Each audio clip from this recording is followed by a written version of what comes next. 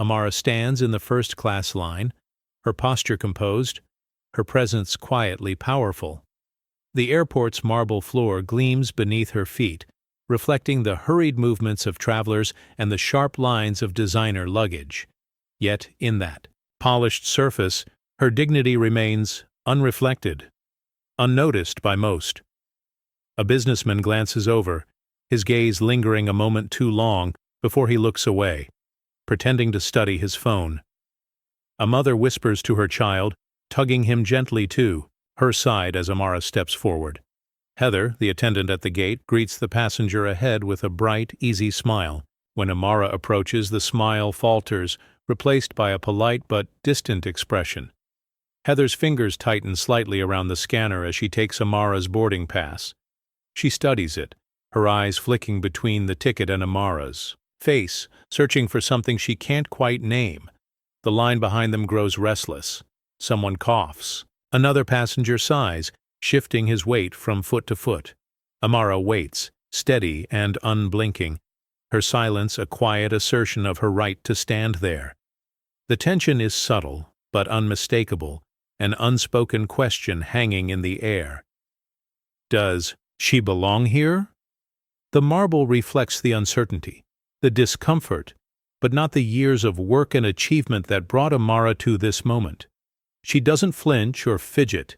Instead, she holds her ground, letting the stillness speak for her. As Heather hesitates, the atmosphere thickens with expectation and doubt. Amara's calm is unyielding, a silent challenge to the assumptions swirling around her. The scene ends with a loaded pause, the marble floor capturing every detail except the one that matters most, her dignity, carried quietly and unshakably within her. Before the story continues, please let us know from where you are watching this video. Write your city or country in the comments below. Don't forget to subscribe and hit like if you believe in stories that challenge injustice. Your engagement gives power to voices that need to be heard. Heather stands at the boarding gate, her uniform crisp, her posture practiced.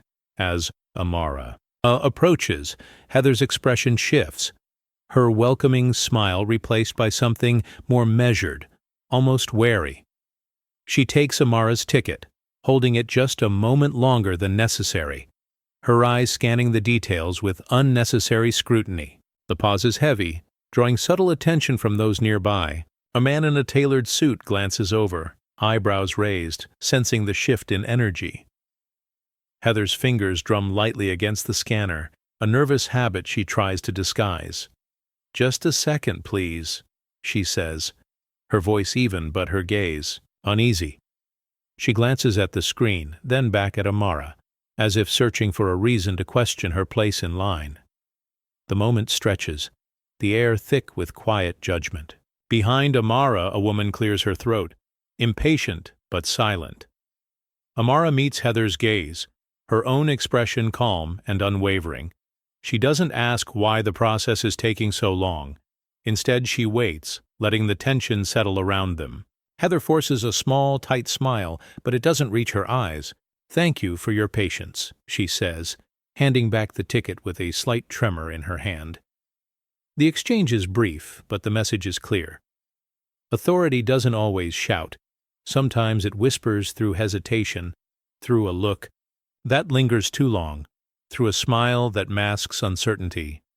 Amara's quiet strength stands in stark contrast to Heather's subtle doubt, the power dynamic shifting in the space between words. As Amara steps forward, the pause lingers, a silent reminder of how easily belonging can be questioned by a single uncertain glance. Heather's voice sharpens as she straightens her shoulders, her badge catching the overhead light. "Ma'am, this line is for first class only." The words land with a quiet finality, drawing a few curious stares from those nearby. Amara doesn't flinch. She meets Heather's gaze, her tone measured and even. "I know."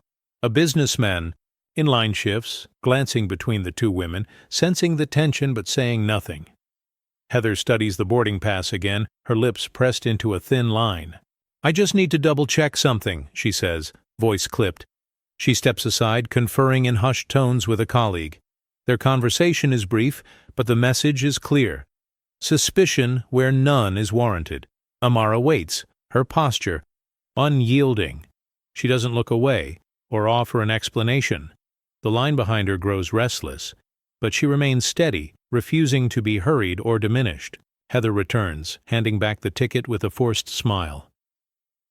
"Thank you for your patience," she says, but the words are empty, a thin veneer over the discomfort that lingers. The boundary between privilege and dignity is drawn not by ropes or signs, but by the weight of a single sentence, the way a name is spoken, the hesitation before acceptance. Amara's presence in the line is both a challenge and a statement. She belongs, and she will not be moved by doubt or subtle exclusion. The air is thick with unspoken assumptions, but Amara stands her ground, her quiet confidence a silent rebuke to every barrier placed in her path. Heather's hand hovers over the intercom, her decision made with a subtle nod. "Security, can I get assistance at Gate 4? Her voice is steady, but her eyes flicker with uncertainty. Two security officers approach, their steps brisk, faces unreadable. The crowd parts slightly, a ripple of discomfort moving through the line. Amara stands tall, her chin lifted just enough to show she's not afraid. One officer asks, "Is there a problem here?" Heather avoids Amara's gaze. "I just need a quick verification," she replies, her tone formal, almost rehearsed. The officer turns to Amara, his expression neutral.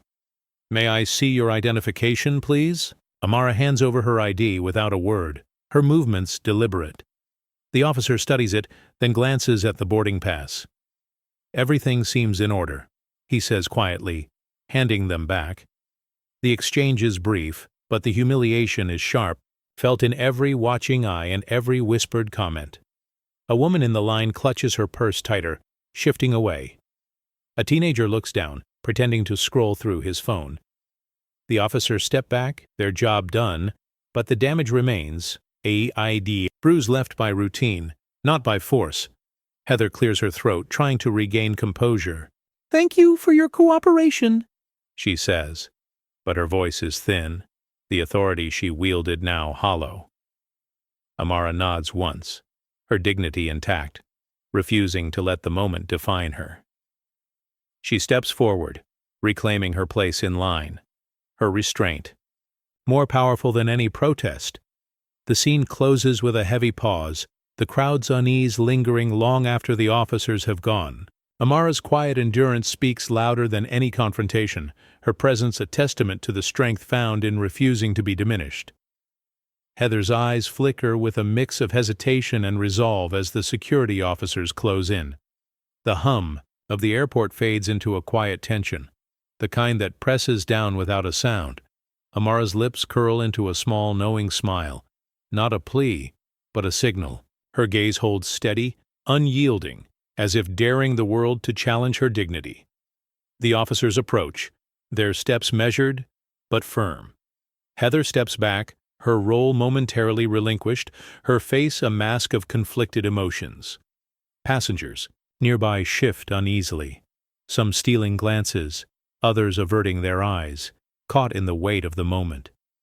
Amara's smile lingers, a quiet storm beneath calm waters.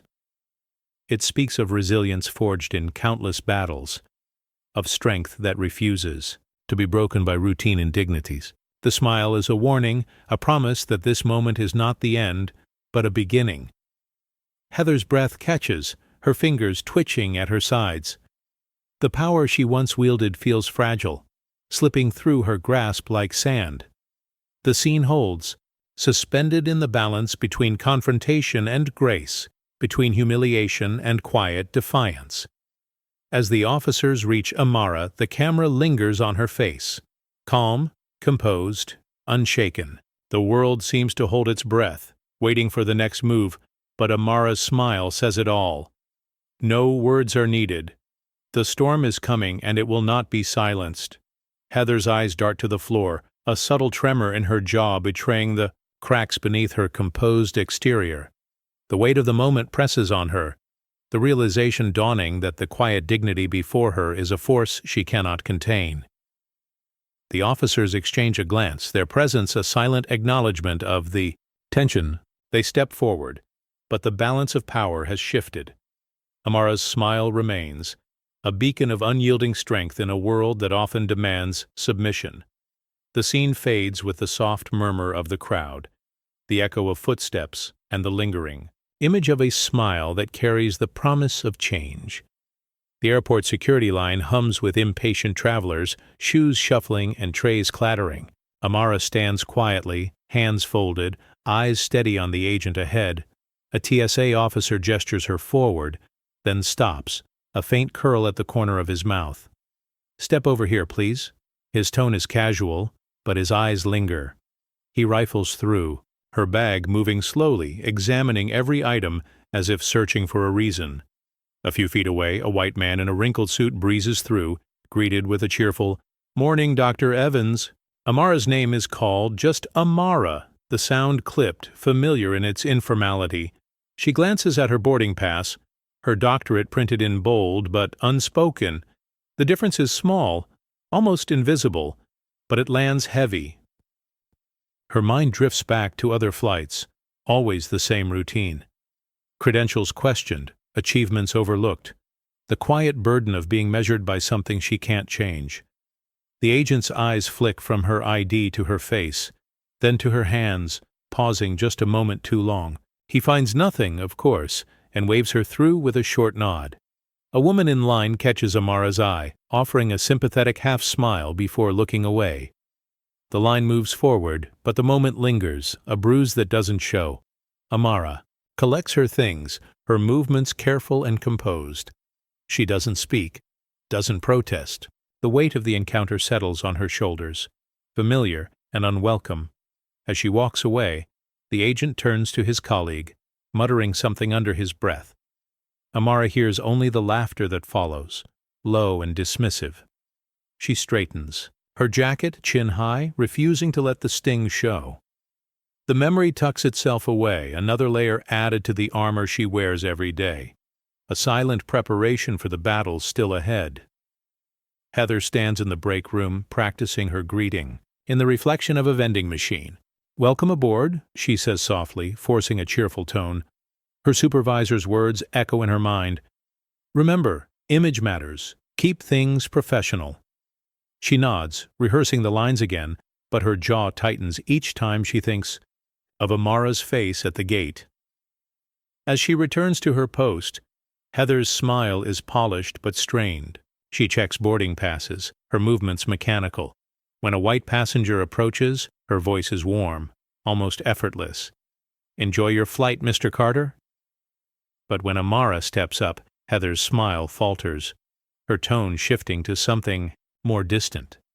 She glances at the ticket a second time, searching for a problem that isn't there.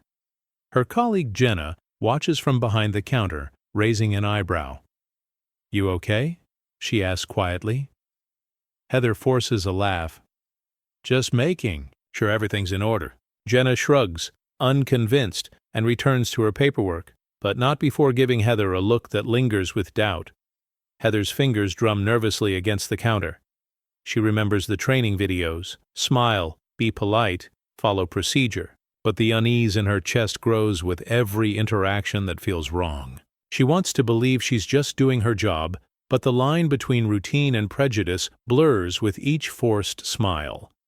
A passenger in line notices the tension, whispering to his partner, "She's acting weird today." Heather hears it, her cheeks flushing. She straightens her blazer, pasting on her best smile, but it feels brittle, ready to crack. As Amara walks away, Heather exhales, the mask slipping for just a moment. She catches her own reflection in the glass. Smile still, in place, but her eyes uncertain, questioning what she's really become. The performance continues, but the doubt won't leave her. A white businessman, sleeves wrinkled and tie askew, strides toward the gate, barely glancing at the attendant. He flashes his ticket with a casual flick of the wrist. Heather's demeanor shifts instantly. Her voice is warm, her smile easy. "Welcome, sir, right this way." She barely glances at his boarding pass before waving him through. He nods, distracted, already reaching for his phone. There's no pause, no scrutiny, no second glance. The difference is subtle, but unmistakable. The line moves faster for him. The air feels lighter. Passengers behind him watch, some with envy, others with quiet understanding. No one questions his place. No one wonders if he belongs. A young mother holding a fussy child steps forward next. Heather is patient, offering a reassuring nod, but when Amara's name comes up on the screen, Heather's posture stiffens again. The contrast is stark. One passenger glides through on assumption, another is held back by doubt. The businessman finds his seat in first class, dropping his bag carelessly in the overhead bin. He doesn't notice the tension at the gate, doesn't see the way Amara's journey is slowed by suspicion. He settles in, already asking for coffee before the plane has left the ground. A flight attendant passes by, offering him a newspaper with a practiced smile. He accepts it, barely acknowledging her. The privilege is invisible to him, woven into every step he takes. For Amara, every step is measured, every glance a test. As the boarding process continues, the difference in treatment lingers in the air, a quiet reminder of who is trusted and who is questioned. The unchecked ticket becomes a symbol, not of status, but of how easily some doors open while others remain guarded. Marcus stands behind the beverage cart, fingers wrapped tightly around the handle as he watches Amara make her way down the aisle. The tension in the cabin is thick, every gesture and glance loaded with meaning. He knows this pattern, how some passengers are welcomed without question, while others are scrutinized, slowed, or dismissed. The memory of his sister's tears after a similar incident flashes through his mind. He slips his phone from his pocket, thumb hovering over the camera icon. For a moment, he considers recording what's happening, capturing the subtle injustice for proof. But his breath catches, and the reality of risk settles in. Speaking up could cost him everything he's worked for. The fear is real, and so is the pressure to stay silent. A passenger in a window seat glances at Marcus, offering a quick, sympathetic nod before turning away. Marcus lowers his phone, jaw set, frustration simmering beneath his calm exterior. He busies himself with the drink service, but his eyes keep returning to Amara. As Amara passes, their eyes meet for a brief second. In that exchange, there's understanding, a silent acknowledgement of shared experience, of battles fought quietly and dignity maintained against the odds. Marcus squares his shoulders, a small act of defiance. He may not speak now, but the moment is not lost on him. He continues down the aisle, the clatter of cups and the hum of conversation masking the storm inside. The risk of action is heavy, but so is the burden of complicity. Marcus's silent rebellion is a promise to himself. The next time, he will not look away. The scene closes with Marcus's grip tightening on the cart, a quiet but powerful gesture of resistance, the first spark of change. Marcus moves down the aisle, hands steady but heart racing. He pauses at Amara's row, offering her a cup of water. His voice is low, almost lost beneath the drone of the engines. "I'm sorry," he murmurs, eyes flicking to the passengers nearby, careful not to draw attention. Amara looks up, her expression softening for just a moment. She meets his gaze, the weight of understanding passing silently between them. "It always does," she replies, her words barely audible, but heavy with history. The exchange is brief, unnoticed by most, but it carries the gravity of countless similar moments, apologies offered, dignity defended, wounds reopened. A woman across the aisle glances over, sensing something but not quite grasping its meaning. Marcus straightens, moving on with his service. But the connection lingers. For a fleeting second, Amara feels less alone, the burden of her experience shared, if only in a whisper. Marcus's shoulders relax as he continues down the cabin, a small measure of relief settling in his chest. He knows the risks, the cost of even a quiet show of solidarity, but the simple act of acknowledging Amara's pain feels necessary. It's a reminder that, even in isolation, there are others who see, who know, who care. Amara sips her water, her hand steadying. The sting of exclusion remains, but so does the comfort of that brief, honest exchange. The world outside the window blurs by, indifferent. But inside this narrow space, a quiet bond has been formed, one built on resilience, empathy, and the unspoken promise to keep going. The flight moves on, the hum of the engines masking the significance of what just passed between two strangers. But for Marcus and Amara, that moment is everything, a lifeline in a world that so often looks away. Leah sits 3 rows behind, earbuds in, pretending to scroll through music. She's been watching the tension unfold at the front of the cabin, her phone camera angled just enough to capture the exchange between Amara and the flight crew. Her thumb hovers over the record button, uncertainty flickering in her eyes. Her mother's voice echoes in her memory. "Don't get involved. Stay out of trouble." Leah hesitates, glancing around to see if anyone notices. The man beside her is dozing, oblivious. The woman across the aisle is lost in a magazine. Leah's heart pounds as she finally taps record, the phone's screen reflecting her anxious face. She catches the moment Amara's ticket is scrutinized, the way Heather's posture stiffens, the subtle shift in energy as security is called. Leah's hands tremble, but she keeps filming, determined to document what so many pretend not to see. The phone feels heavy in her grip, the responsibility pressing down.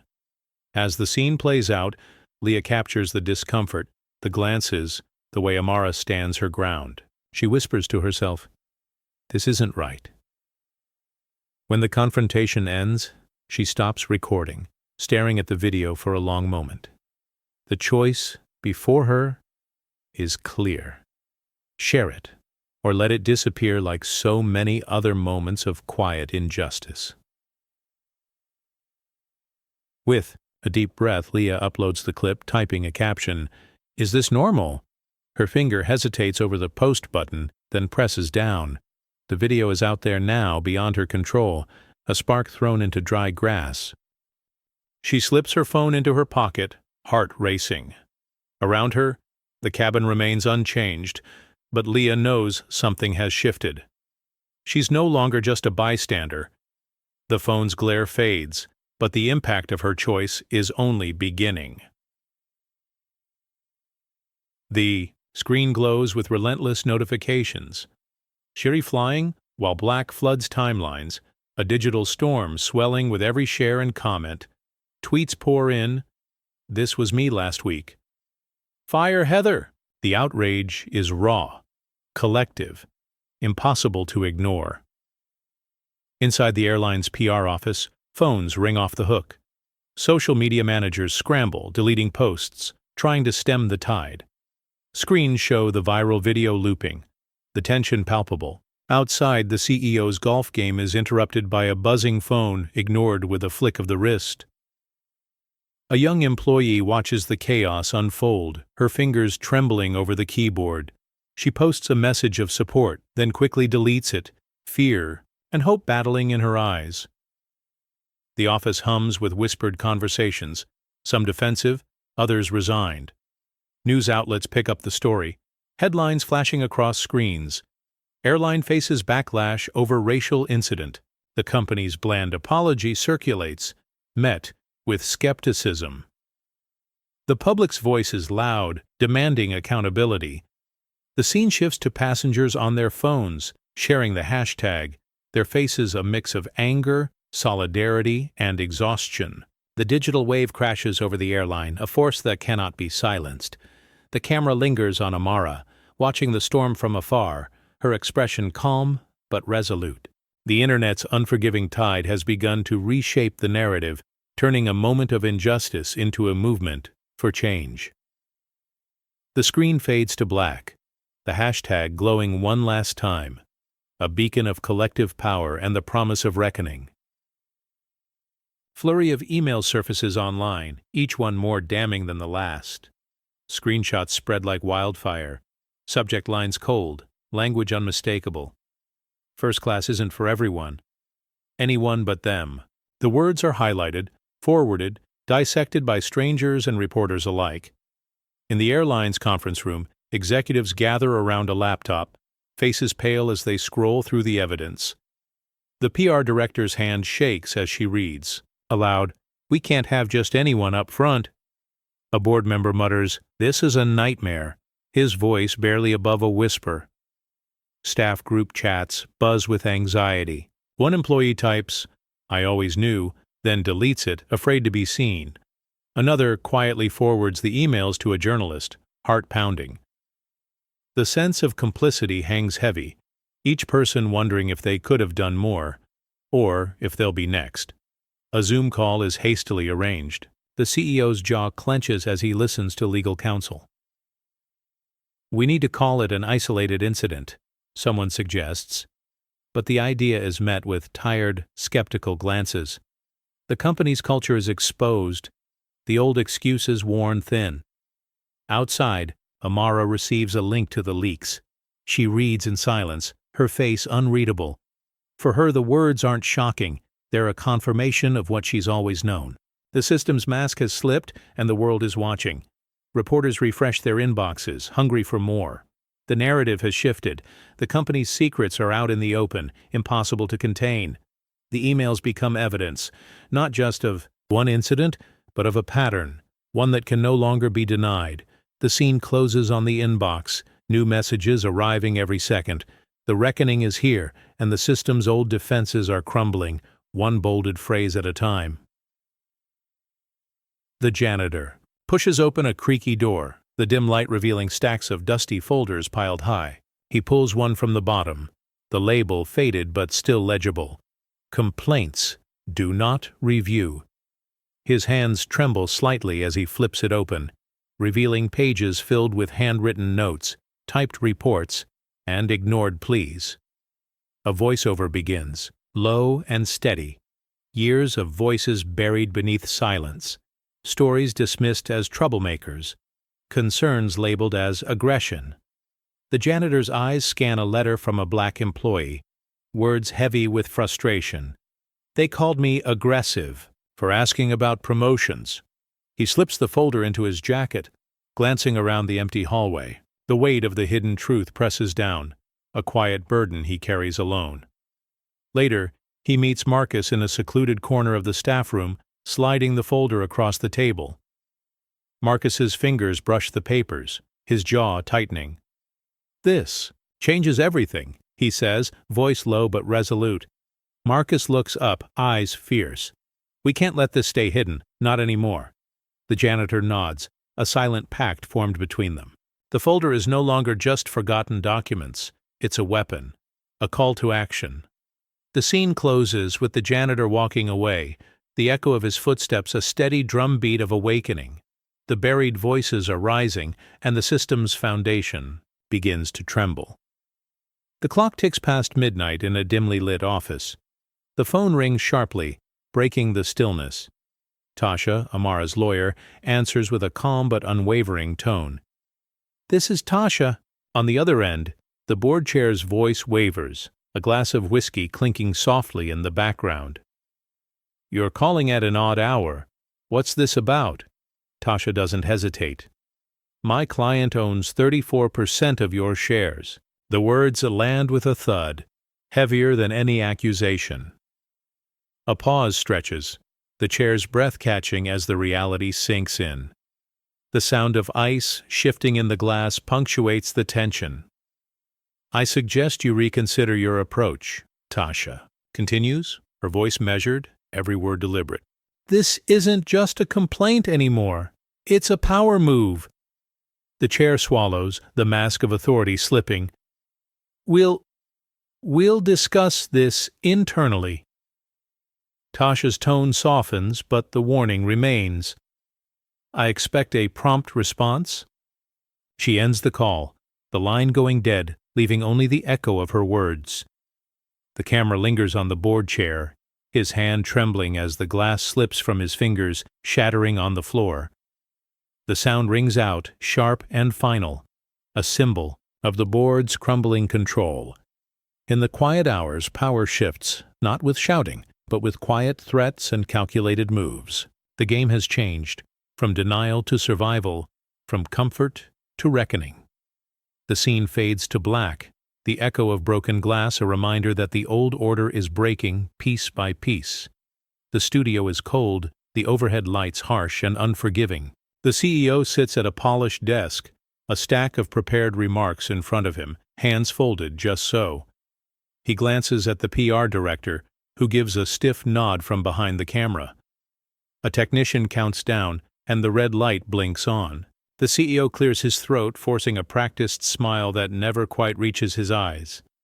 "We regret this misunderstanding," he begins, his voice even but hollow. He reads from the script, each word carefully chosen to avoid blame. "Our company values diversity and inclusion. We are committed to learning from this experience and moving forward together." His gaze flickers to the teleprompter, then away, as if searching for an exit. In the staff lounge, a group of employees watches the broadcast on a flickering television. One woman, arms crossed, shakes her head. "He doesn't mean a word of it," she mutters. A man beside her sighs, tapping his foot impatiently. "He's just trying to save face," he whispers to a colleague. The room is thick with skepticism, the apology landing with a dull thud. Off to the side, Heather sits alone, her phone buzzing with messages she's too afraid to read. She stares at the screen, her own tear-streaked face frozen in a still from the viral video. The CEO's words wash over her, empty and distant. "We take these matters seriously," he drones on, but the staff's faces remain unmoved, their trust eroded.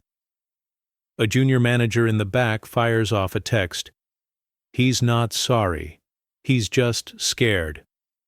The CEO finishes his statement, his forced smile faltering as the cameras cut. The PR team exhales, relief short-lived.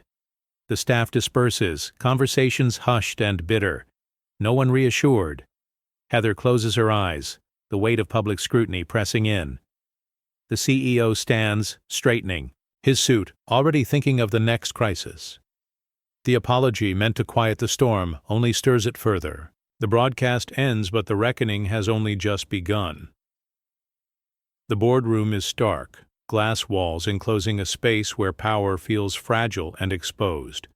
The CEO adjusts his tie, beads of sweat forming under the harsh lights.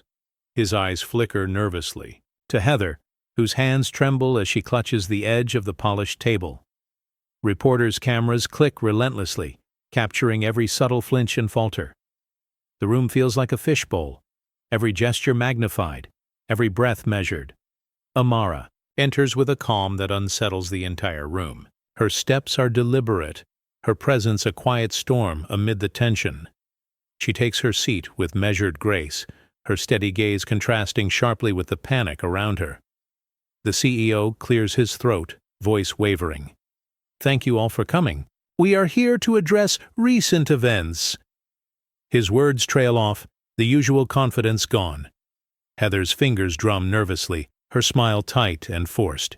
She avoids eye contact, her composure cracking beneath the weight of scrutiny. A board member shifts uncomfortably, adjusting his cufflinks, eyes darting away from Amara. Another board member fidgets with a pen, the tapping echoing in the silence. The atmosphere is thick with unspoken truths, every movement betraying anxiety and doubt. The glass walls reflect not just the room, but the fragility of the egos within.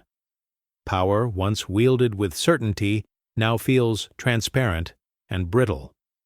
Amara's calm presence is a silent challenge to the old order. Her very stillness, a disruption. The cameras capture the moment, the tension palpable, the balance of power shifting quietly but irrevocably. The scene closes on a long, heavy pause, the kind that speaks louder than any statement. The fragile egos behind the glass walls are laid bare, their authority quietly crumbling under the weight of truth. No one dares to break the stillness, knowing that everything has already changed. The air in the boardroom grows heavier as Amara's lawyer stands, a single sheet of paper in hand. The cameras zoom in, the room holding its collective breath. The lawyer's voice is clear, unwavering. "Allow me to formally introduce Dr. Amara Bennett, majority owner of this airline." The words land with a jolt, sharp as glass shattering on tile. The CEO's jaw slackens, his practiced smile vanishing. Heather's pen slips from her fingers, clattering to the floor. A board member blinks in disbelief, mouth opening but no words coming out. The reporters shift forward, pens poised, eyes wide. The power dynamic in the room flips in an instant. Amara, so often questioned and doubted, now commands the space with nothing but her name and title. Amara meets each gaze, her own expression composed but resolute. She doesn't gloat. She simply sits taller, her presence filling the space that once tried to shrink her. The CEO stammers, "Dr. Bennett, I had no idea." His voice is thin, authority draining away with every syllable. Heather's face pales, her fingers trembling as she retrieves her pen. The board members exchange uneasy glances, realizing the ground has shifted beneath them. The cameras catch every micro-expression, the tightening of jaws, the darting of eyes, the subtle collapse of certainty. Mara's lawyer continues, "She is not here as a guest, but as the owner. She expects accountability and real change." The statement rings out, impossible to ignore.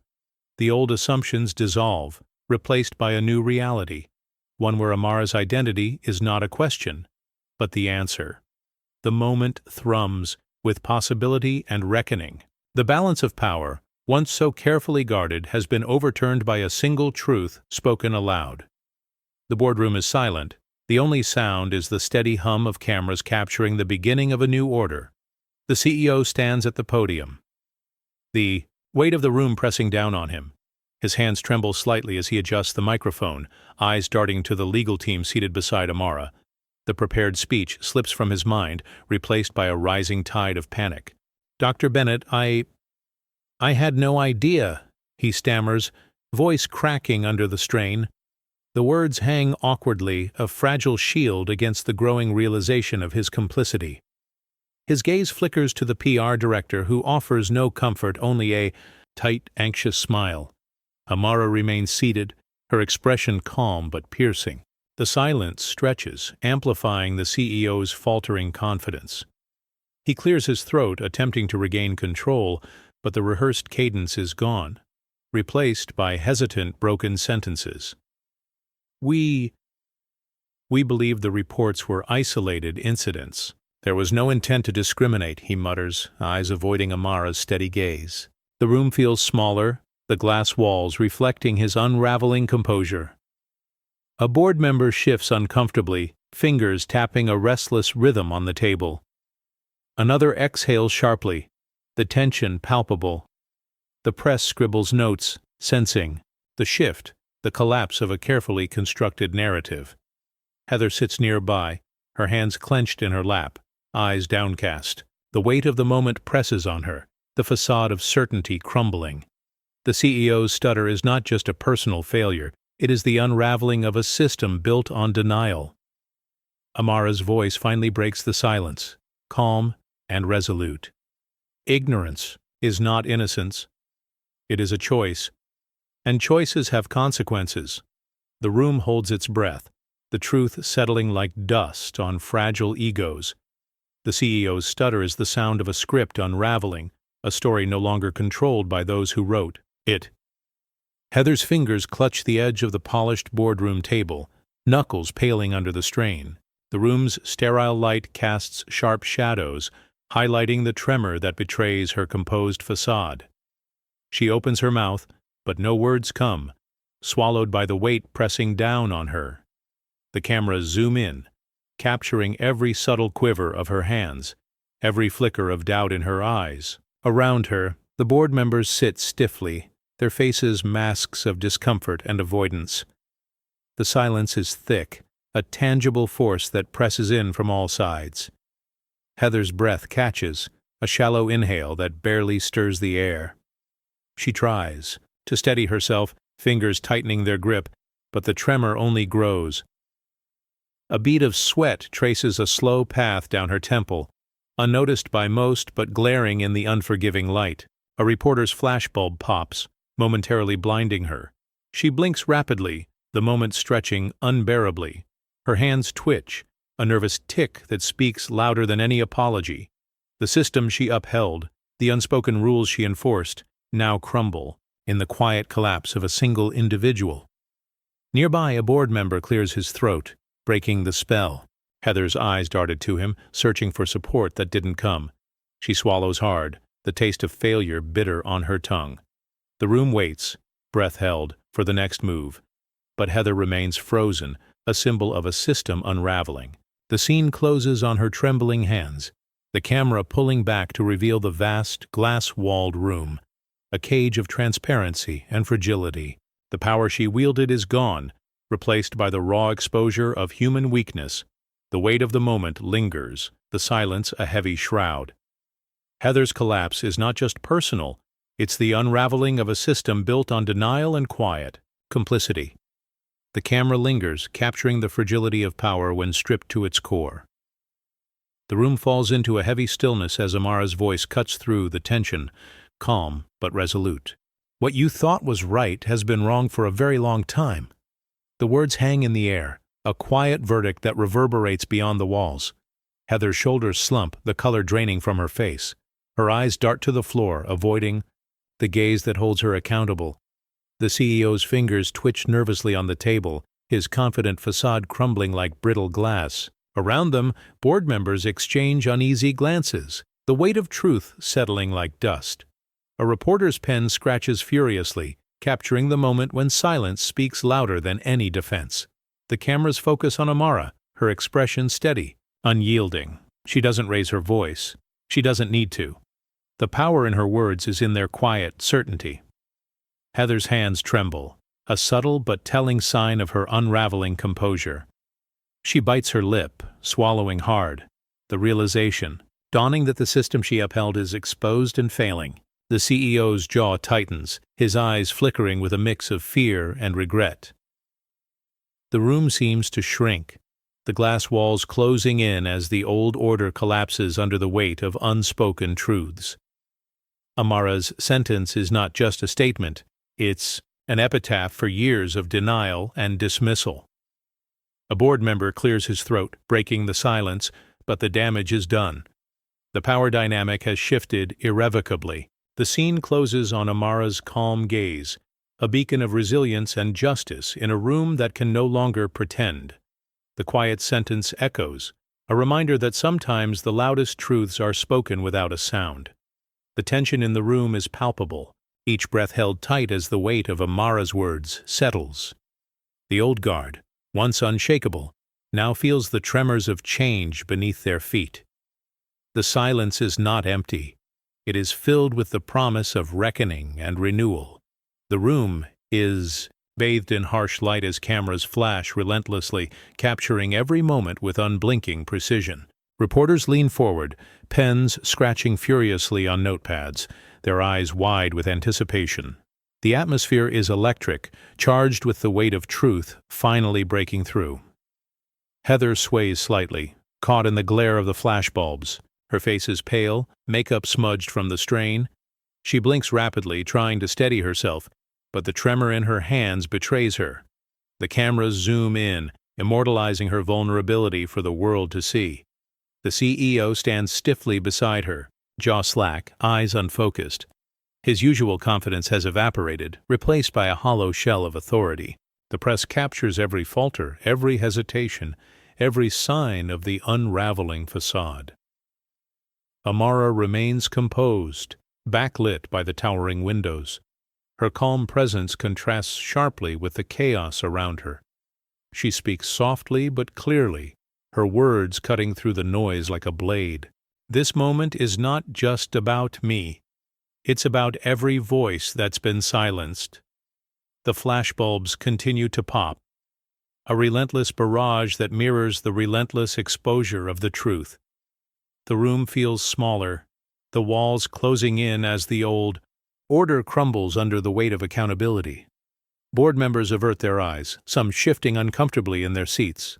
The silence is thick, a heavy pause that speaks volumes. The cameras capture the subtle collapse of privilege, the quiet dismantling of a system long overdue for reckoning. Heather's trembling hands, the CEO's vacant stare, the reporters, relentless gaze all become symbols of a moment frozen in time.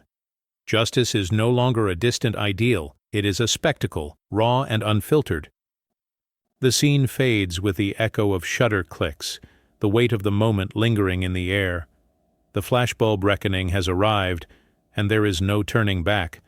The boardroom is thick with tension, the air heavy with expectation and dread. Board members sit rigid in their seats, eyes darting anywhere but toward Amara. One man adjusts his cufflinks, gaze fixed on the polished table as if answers might be found in the wood grain. Another clears her throat, shuffling papers she has, no intention of reading. The silence between them is dense, every unspoken word a silent admission of guilt. A younger board member glances up, catches Amara's eye, and quickly looks away, cheeks burning with embarrassment. The CEO, still standing, shifts his weight from foot to foot, his authority draining away with each passing second. The cameras capture it all, the averted gazes, the nervous gestures, the collective refusal to meet the moment head-on. Amara sits quietly, her presence a quiet challenge. She does not demand their attention, she commands it by simply being. The discomfort in the room grows, pressing in from all sides. No one speaks. No one dares to break the fragile stillness. The board's complicity is written in every sidelong glance, every fidget, every effort to avoid her unwavering gaze.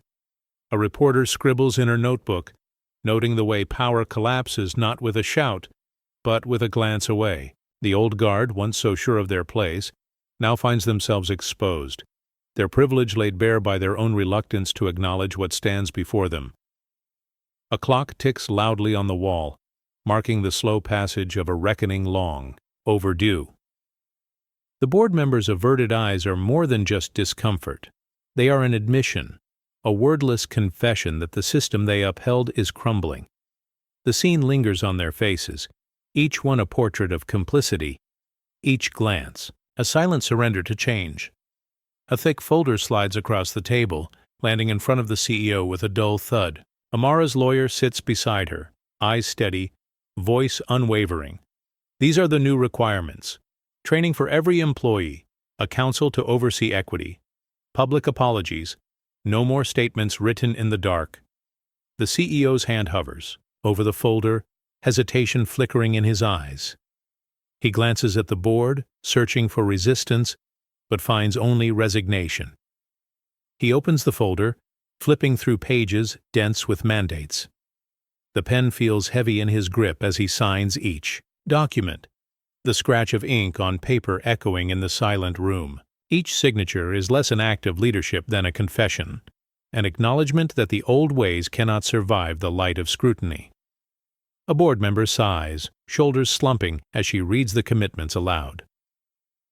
Quarterly reviews. Anonymous. Reporting. Real consequences.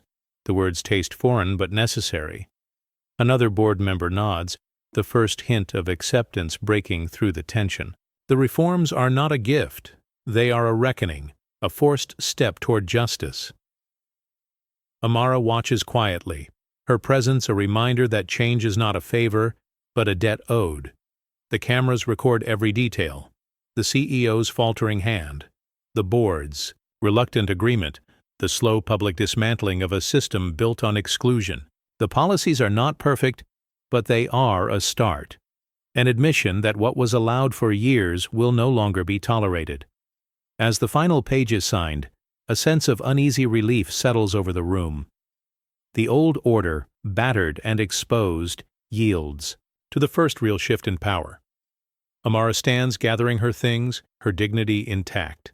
The reforms are not the end, but the beginning, a promise that justice, once demanded, cannot be returned to the shadows. Marcus stands tall in the boardroom, his uniform crisp, but his demeanor transformed. Gone is the hesitation that once shadowed his every move.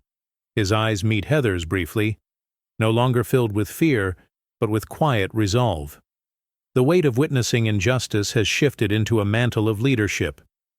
He adjusts his supervisor badge, the metal cool against his chest, a symbol of change hard-earned. Around him, colleagues nod with newfound respect, some offering tentative apologies for past silence. Marcus's voice is steady as he mentors a young trainee, his words carrying the strength of experience and hope. "Speak up," he advises softly. "They're listening now." The room hums with cautious optimism, a fragile but real shift in culture. Marcus's journey from silent observer to empowered advocate mirrors the airline's slow but undeniable transformation. His presence is a beacon for those who once felt invisible, a reminder that courage can grow in the quietest moments.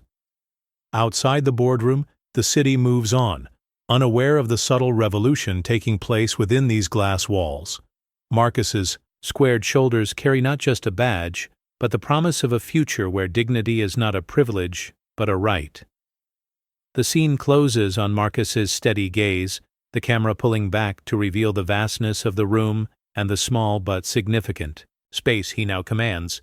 The quiet warrior stands ready, a symbol of resilience and change. The air in the room feels different now, charged with a new energy. Marcus's colleagues, once distant and cautious, now lean in, their faces open to change. A young woman offers, a tentative smile, her eyes reflecting hope rather than fear. The trainee listens intently, absorbing every word. Marcus's voice carries the weight of experience, but also the lightness of possibility. "We've been silent too long," he says, "but that silence ends here." His words ripple through the room, sparking nods and quiet murmurs of agreement. The atmosphere shifts, the old barriers beginning to crumble. Marcus's transformation is not just personal, it's emblematic of a larger awakening within the company. Outside, the city's hum continues, oblivious to the quiet revolution unfolding behind glass walls. Marcus's steady presence is a beacon, a promise that change, though slow, is inevitable. The boardroom empties slowly, the echo of footsteps lingering in the sterile air. The CEO is the first to leave, slipping out a side door, head down, avoiding the press waiting in the hallway. His departure is quick, a silent admission of defeat. Board members gather their belongings in silence, some exchanging uneasy glances, others lost in thought. The weight of the day hangs over them, heavy and unspoken. Heather lingers at the far end of the table, her makeup smudged, eyes red from tears she tried to hide. She stands, hesitates, and then moves toward the exit, her steps unsteady. Security waits by the door, ready to escort her out. She pauses, glancing back at the room that once felt like hers. Now it's just a shell, stripped of comfort and certainty. Amara remains seated, watching the room empty. Her victory is real but bittersweet. She gathers her papers, her movements deliberate. The quiet is thick, filled with everything that's been lost and everything that might still be gained. She stands, shoulders squared, and walks to the window, looking out over the city. The world below moves on, unaware of the storm that's just passed through these glass walls. A reporter lingers by the door, notebook in hand, waiting for a final quote. Amara turns, offering a nod, but no words. Some battles don't need speeches, just presence. The reporter scribbles a note, capturing the moment in silence. As Amara leaves, the boardroom is left in shadow, the last traces of power and privilege fading with the light. The walk down the hallway is quiet, each step a reminder of the cost of change. The victory is hollow, necessary and real, a step forward, but never the end. Heather's new desk creaks as she sits, wedged between supply shelves and a broken printer in a forgotten corner of the airport offices. The nameplate that once bore her name is gone, leaving only faint scratches on the desk's edge. She glances at her monitor, the blue light casting harsh shadows on her face. A colleague passes by, eyes glued to his phone, not acknowledging her presence. The hum of fluorescent lights and distant airport announcements fill the silence. She opens her email, scrolling past messages about new procedures and updates she no longer cares to read. Her reflection stares back at her from the screen, pale, drawn, and tired. "This wasn't supposed to happen," she whispers, voice barely audible. The words linger in the cramped room, swallowed by the buzz of the lights. Nearby, a janitor mops the floor, his movements slow and methodical. He doesn't look up, doesn't greet her. Heather watches the water swirl around her shoes, feeling the isolation settle deeper. 6 months ago, she led a team. Now, she commands only dust and silence. Her phone vibrates with a news alert. Airline owner vindicated. Policy overhaul complete. She swipes it away, knuckles whitening as she grips the device. The world outside moves on, but here, time seems to have stopped. A fly lands on her desk, crawling across the keyboard. Heather doesn't bother to shoo it away. The system didn't fire her. It simply buried her, alive and forgotten. Privilege isn't always lost in a storm. Sometimes it's lost in the quiet, in the empty spaces where no one bothers to look. Heather's phone lights up again, a missed call from unknown. She ignores it, staring at the fly as it wanders across her desk. The weight of everything she's lost presses in, silent and suffocating. Marcus stands tall in the boardroom, his uniform crisp, but his demeanor transformed. Gone is the hesitation that once shadowed his every move. His eyes meet Heather's, briefly, no longer filled with fear but with quiet resolve. The weight of witnessing injustice has shifted into a mantle of leadership. He adjusts his supervisor badge, the metal cool against his chest, a symbol of change hard-earned. Around him, colleagues nod with newfound respect, some offering tentative apologies for past silence. Marcus's voice is steady as he mentors. A young trainee, his words carrying the strength of experience and hope. "Speak up," he advises softly. "They're listening now." The room hums with cautious optimism, a fragile but real shift in culture. Marcus's journey from silent observer to empowered advocate mirrors the airline's slow but undeniable transformation. His presence is a beacon for those who once felt invisible, a reminder that courage can grow in the quietest moments. Outside the boardroom, the city moves on, unaware of the subtle revolution taking place within these glass walls. Marcus's squared shoulders carry not just a badge, but the promise of a future where dignity is not a privilege, but a right. The scene closes on Marcus's steady gaze, the camera pulling back to reveal the vastness of the room and the small but significant space he now commands. The quiet warrior stands ready, a symbol of resilience and change. The air in the room feels different now, charged with a new energy. Marcus's colleagues, once distant and cautious, now lean in, their faces open to change. A young woman offers, a tentative smile, her eyes reflecting hope rather than fear. The trainee listens intently, absorbing every word. Marcus's voice carries the weight of experience, but also the lightness of possibility. "We've been silent too long," he says. "But that silence ends here." His words ripple through the room, sparking nods and quiet murmurs of agreement. The atmosphere shifts, the old barriers beginning to crumble. Marcus's transformation is not just personal, it's emblematic of a larger awakening within the company. Outside, the city's hum continues, oblivious to the quiet revolution unfolding behind glass walls. Marcus's steady presence is a beacon, a promise that change, though slow, is inevitable.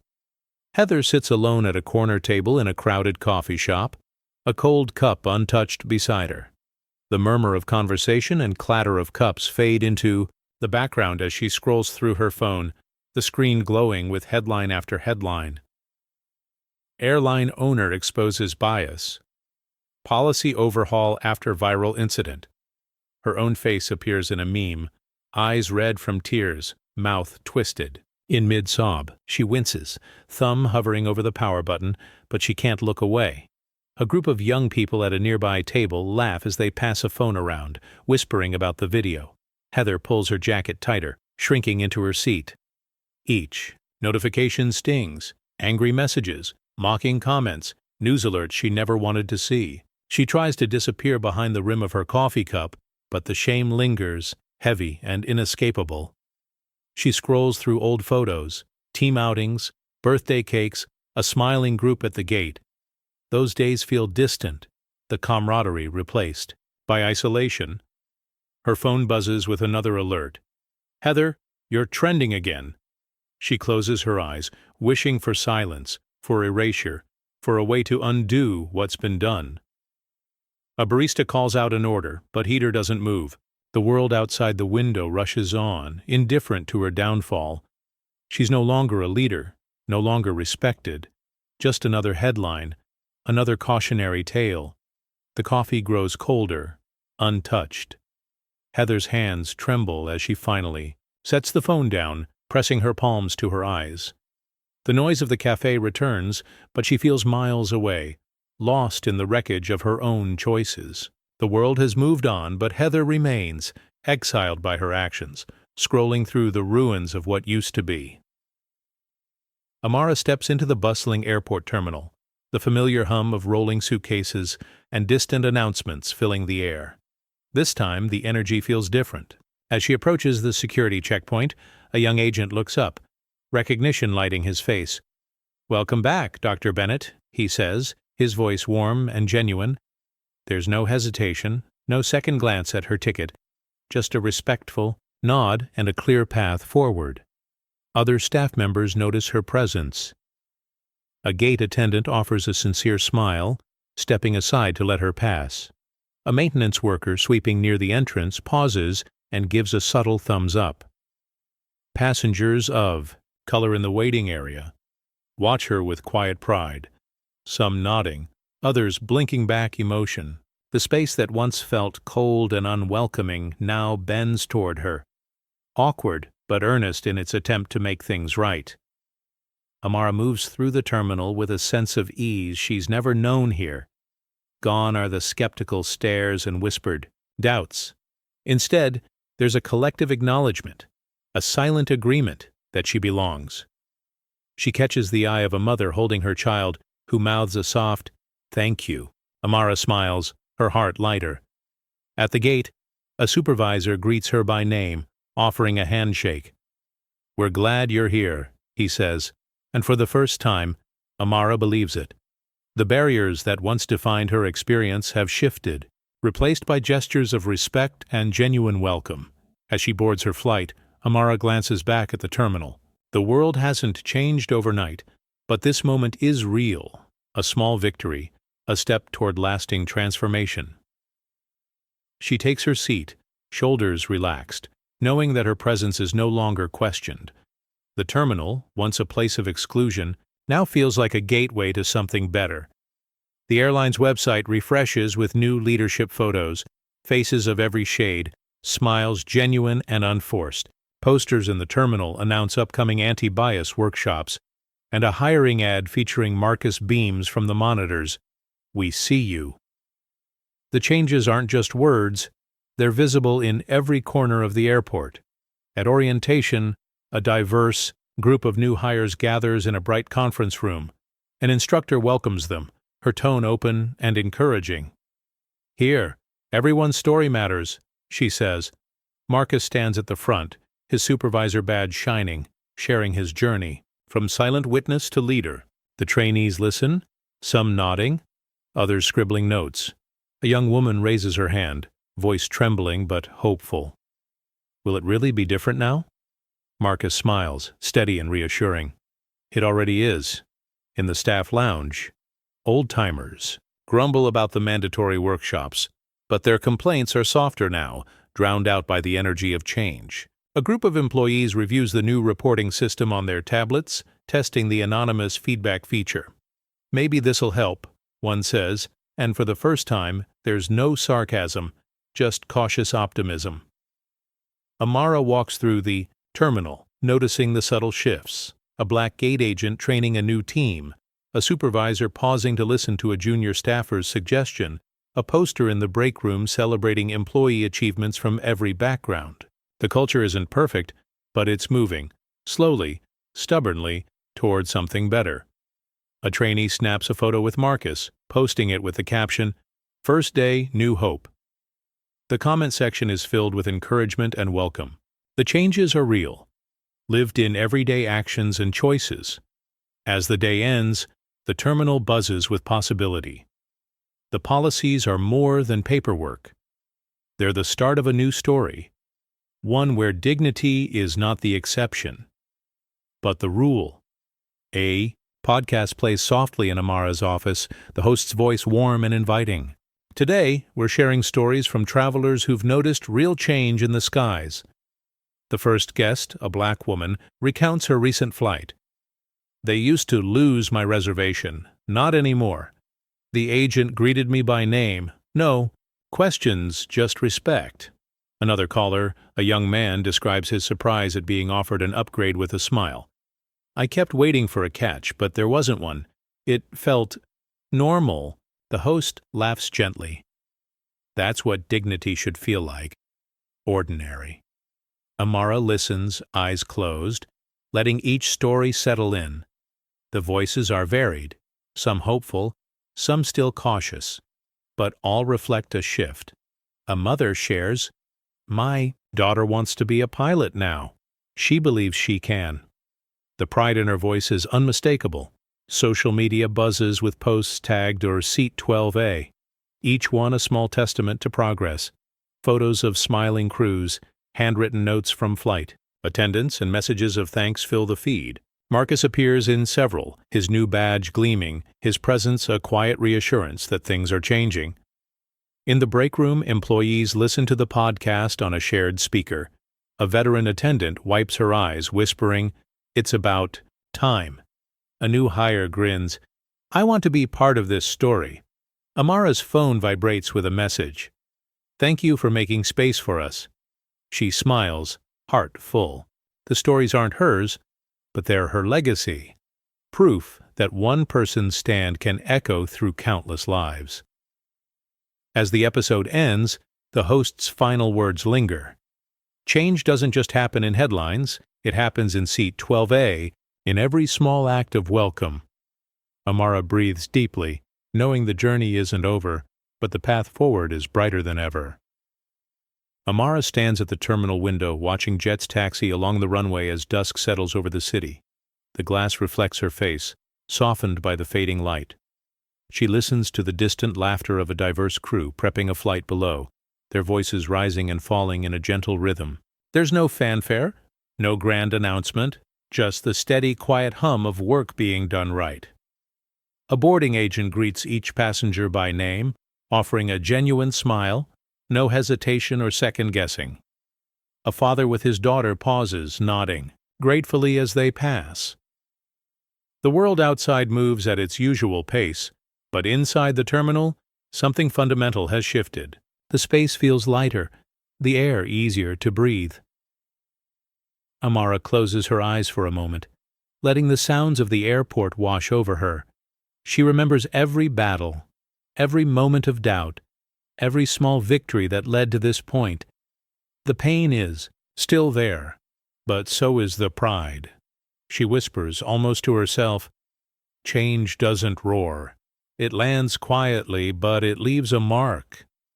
A young flight attendant waves from the tarmac, her badge new, her confidence unmistakable. Amara smiles, recognizing the courage it takes to claim your place in a world that once questioned your right to be there. The crew boards the plane, laughter echoing as the doors close.